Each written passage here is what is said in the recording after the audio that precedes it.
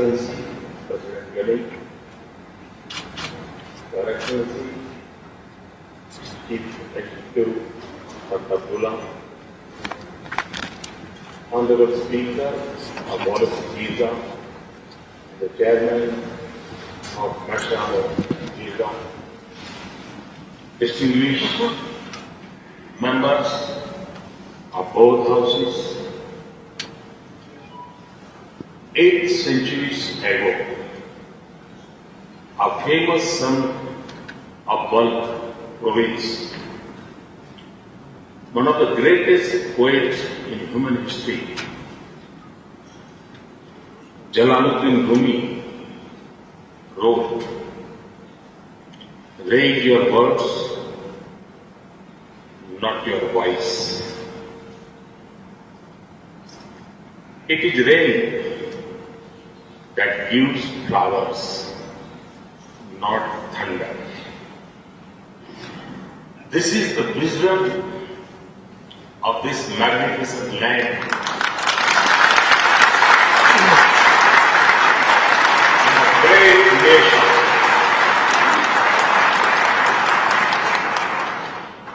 A land where legends are born. Of poetry and beauty, of valor and honor, of pride and generosity, of the warmest embrace of friendship and the strongest resistance for freedom.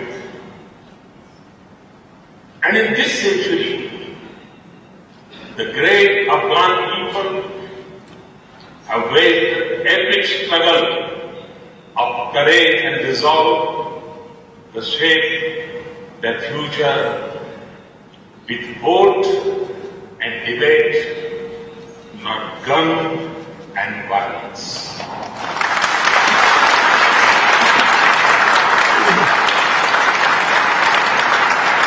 A country with an abiding faith in the tradition of Jirga has chosen the path of democracy, and it has done it against the challenges that would have defeated a lesser people. It is a tribute to the countless nameless Afghans who laid down their lives and sacrificed their future.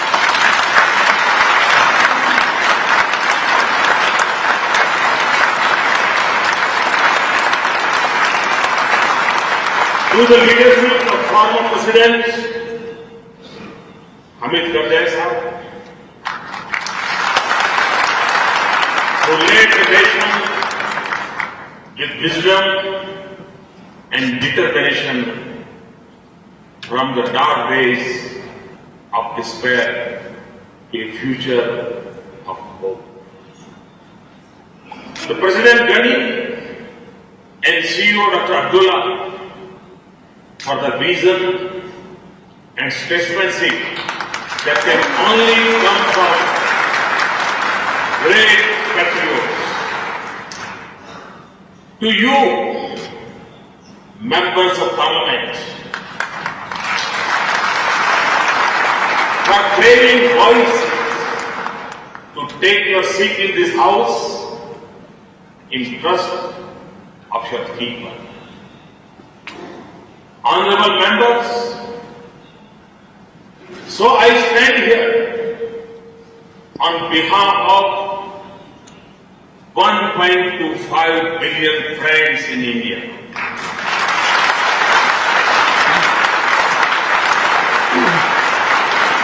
In admiration of your achievements, in gratitude for your friendship, and in solidarity for your future. And today, I am humbled and honored to join President Ghani and all the members of the Afghan Parliament to dedicate this this new award of democracy to Afghan nation.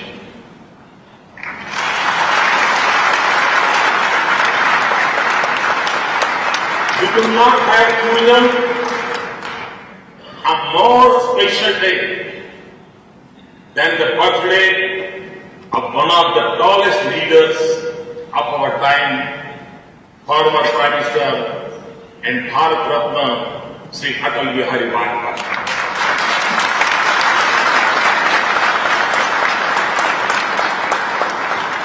11 years ago, he dreamed of this project in partnership with Gurdjieff. And we are deeply touched that we have chosen the name one wing in this building, the Atal Block. This Parliament House brings together our two nations through the vision of our leaders, the labor of our people, and the stones of our lives. And the Atal Block unites us in spirit because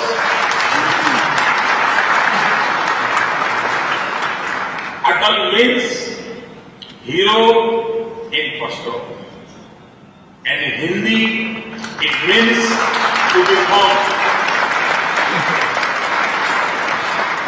It captures the spirit of Afghanistan and of our friendship. This Parliament complex is a small tribute to our progress as a nation and a democracy. And it will stand as an enduring symbol of the ties of emotions and values, of affection and aspirations that bind us in a special relationship. Honorable members, our ties are as ancient as history. Over the mighty Hindu Kush and through the forbidding Khyber Pass, monks, merchants, and monarchs have led us through knowledge, culture, religion, commerce, and kingdoms. In the shifting lights of history, there were times we have been one. There were times we saw wars. But through the ages, we have always engaged one another. In the timeless Buddhist symbols of Anak and Bamyan, and in the majestic monuments of Delhi, in our culture and art, in language and literature, food and festivals, we see the imprint of our timeless relations.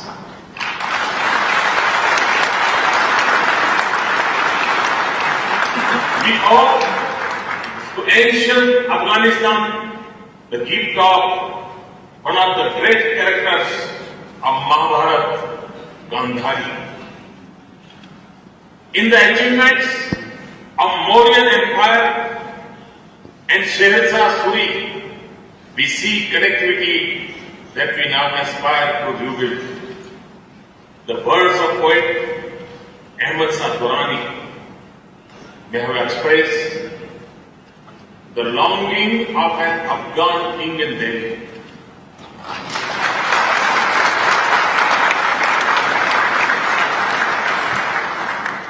I forgot the throne of Delhi when I remember the mountain tops of my Afghan land. But in the heart of every Indian and Afghan, There is a boundless love for each other. We love each other's culture and cinema, music and poetry, food and festivals, and now we admire each other's cricket.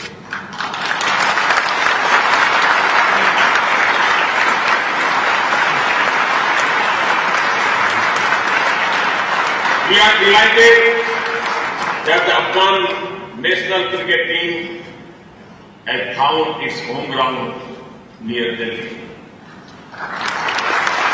and is practicing for next year's World Cup.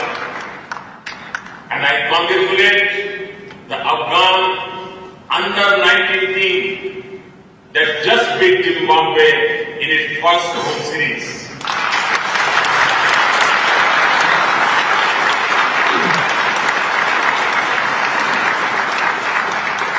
We are just as proud that Afghans see India as a national destination for education, health, or a family home. Indians remember the support of Afghan for our freedom struggle, the contribution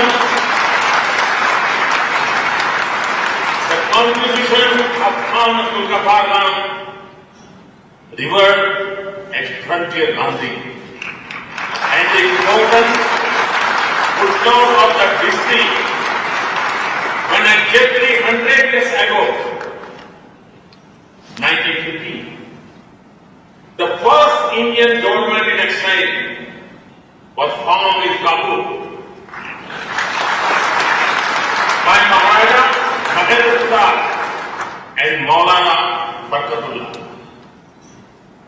King Amanullah once told the Maharaja that so long as India was not free, Afghanistan was not free in the right sense. Honorable members, this is the spirit of brotherhood between us. And when we began a new journey in a new century, we were proud to stand with you and walk with you. Our partnership has helped rural communities get schools, minor educations, health centers, welfare for children, and opportunities for women. Together, we have built roads that have brought regions closer, power transmission lines and power stations that light up Afghan homes, satellite links that bring education, medical advice, and communication to Afghan people. And we are helping the security forces become more mobile. The institutions we are establishing together are helping rebuild agriculture and mining in Afghanistan and make advanced medical care available in Kabul. Nothing is more important for a nation than its human resources.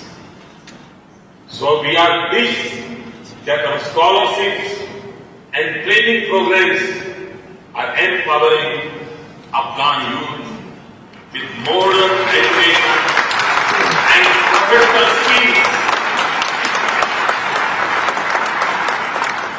Afghan government with resources to develop their country and the Afghan security forces with the capacity to secure their nation. Power and water will flow out of Salma Dam soon.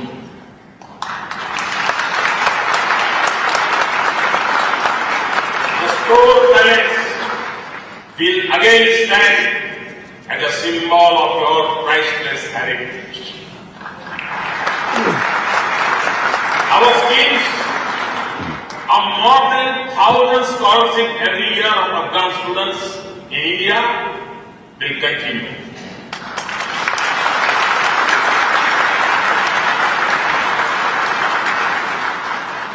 We are pleased with the response to our special scholarship scheme in agricultural science. Today, I announce 500 scholarships for the children of the Magyars of Afghan security forces.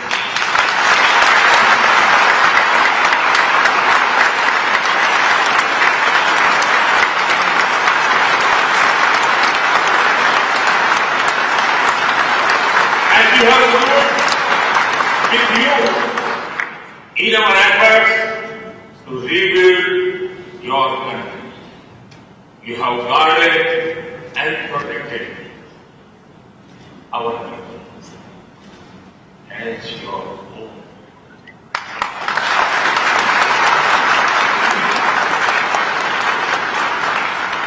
We have faced daily threats, but we feel secure in your midst. To every Afghan who has risked or lost his life so that his Indian base is safe.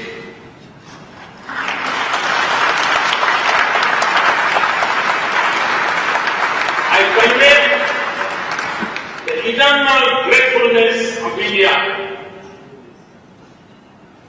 to Indian diplomats, officers, engineers, and doctors who serve here with pride, to the families of our Indian martyrs.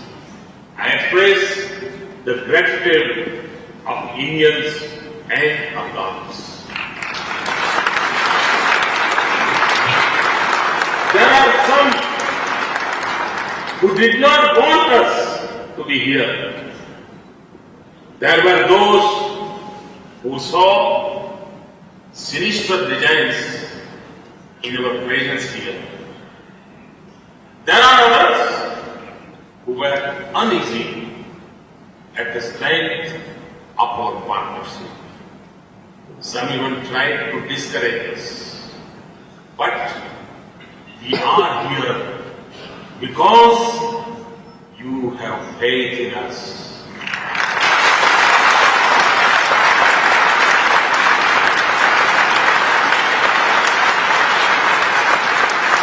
You never doubted the sincerity of our commitment and the strength of our friendship.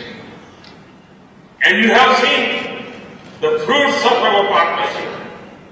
You have judged us by what you see, not what others tell you, including about the mysterious Indian consulates.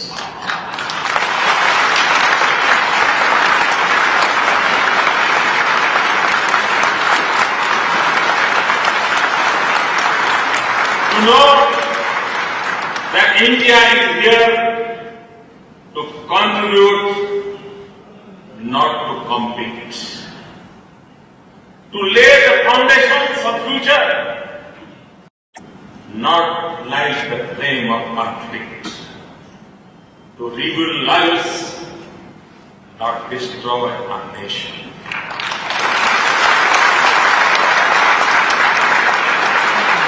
To know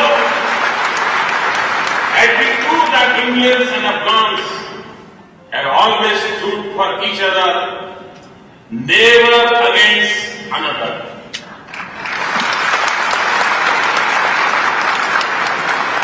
You have been at the crossroads of history, and your history tells us that you will never let yourself become a theater of competition or serve the designs of others.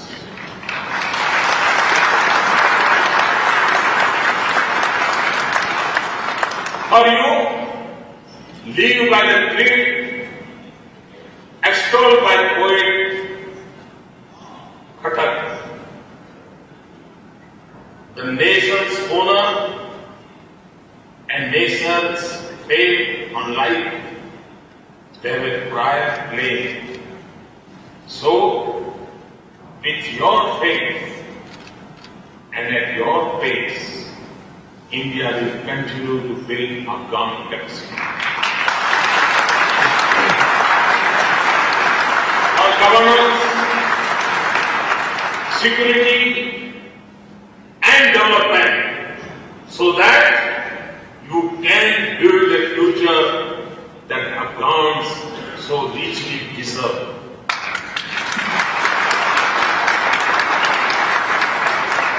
We will do this from the responsibility that comes from our friendship.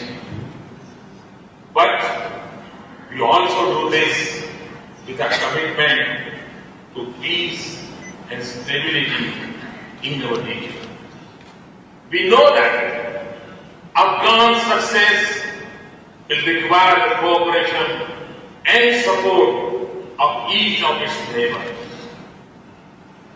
And all of us in the region, India, Pakistan, Iran and others, must unite in trust and cooperation behind this common purpose and in recognition of our common destiny.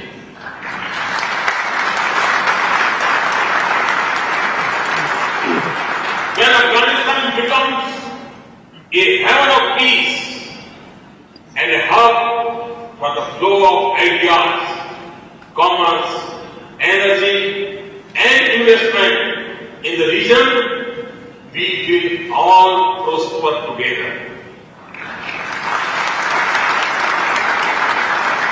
That is why we are working to improve your connectivity by land and sea, including through Jahbar in Iran. That is why I hope that Pakistan will become a bridge between South Asia and Afghanistan and beyond.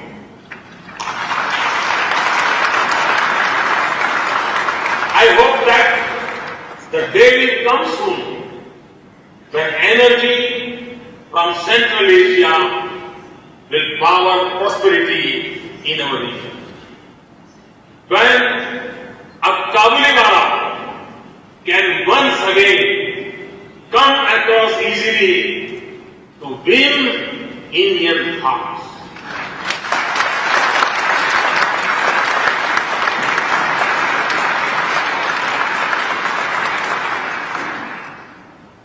When we in India can relish the wonderful fruits of Afghanistan, when Afghans do not have to pay huge price to buy their favorite products from India. But this has always been the course of the region's history, and it must be the path to its future. But brave and tireless as the Afghans are, in defending the nations, Afghanistan will succeed only when terrorism no longer flows across the border.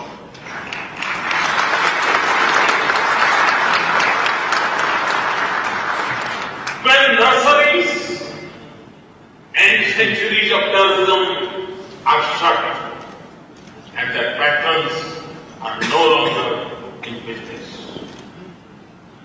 Terror and violence cannot be the instrument to shape Afghanistan's future or dictate the choices Afghans make. For the fire that is lit in Afghanistan can never be contained within these boundaries. Afghans have the wisdom to seek peace with neighbors, but also the courage to defend their freedom.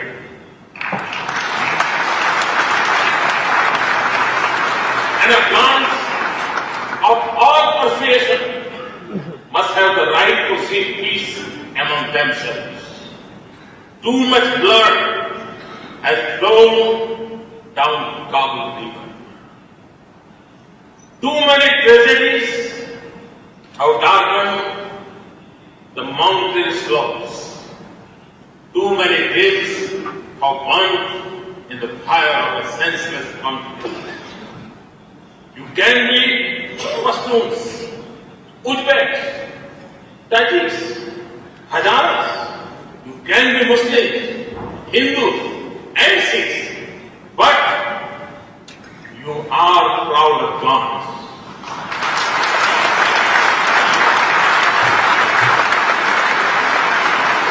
Who can come together as one nation and one people. You may have fought in the name of religion or in the cause of identity, but it is now time for Afghans to come together in peace.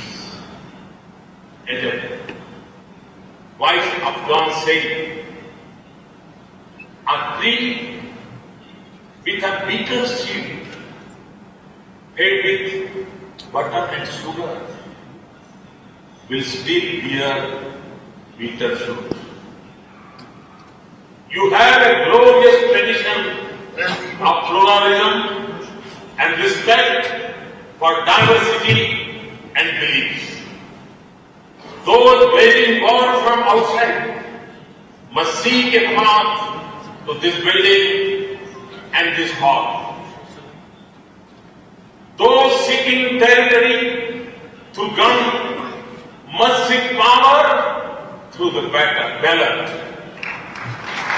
Those who have destroyed homes must now rebuild their nation. For this is your land. These are your people. And it must be on your terms, on your genius, through your own process and your own spirit of preservation. Not driven by the calculations or ambitions of others. And the future you build in peace and through dialogue must preserve the hard-won progress of the last decade and a half. It must have a place for every Afghan. It must have a space for everyone's aspiration. And it must be a nation where every citizen is secure of his rights and confident about her future. And as Afghans take responsibility for the future, the world must stand with them in solidarity and support. We must do that for the soldier from a foreign land who laid down his life in an Afghan village that he had never heard of, and for a people he had never known, and for the enormous sacrifices that Afghans have made for a life that others take for granted.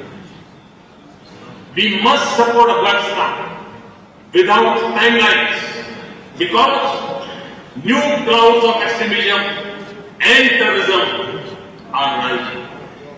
Even as the old ones continues to darken our skies, and because Afghans are not only fighting for their future, but are standing up for all of us and a safer world.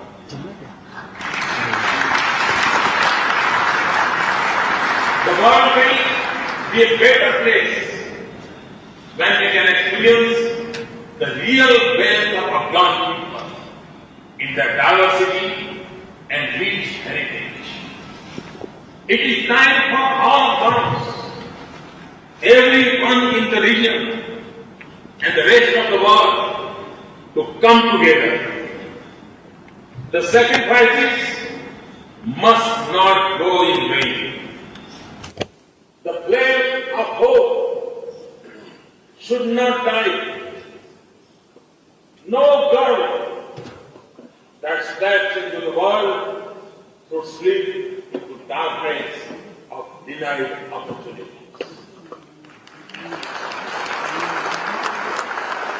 No son should face the choice of gun or refugee in distant land. No mother should fear bringing a child into this world. No leader should lose a brother because he spoke for Afghan freedom to choose friends. No one kneeling in prayer in a mosque should be killed in the name of religion. No elder should look back on his youth vested in conflict and see the same future for his grandchildren. Every youth in Afghanistan should see a future in which IT stands for information technology, not international terrorism.